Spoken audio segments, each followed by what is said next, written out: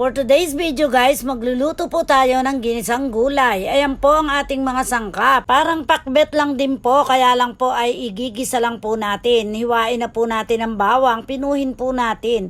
Gayon din po ang sibuyas at ang palaya. Isunod po natin ang talong. Isunod po natin ang kalabasa. Hiwa-hiwain din po natin ang ayon sa inyong nais. Isunod po natin ang okra.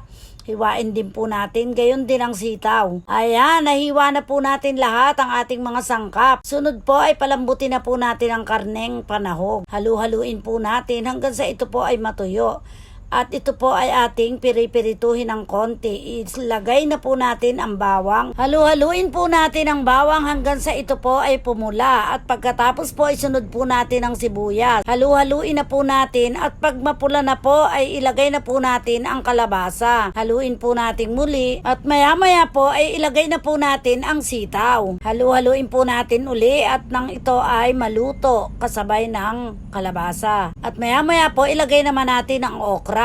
Haluin po natin ng kaunti at pagkatapos po ay isunod naman natin ang talong. Pagkatapos po nating ilagay ang talong ay haluin po nating mabuti at siguraduhin makukuluan agad dahil ito po ay nababantilawan. Kaya haluin po natin ang talong.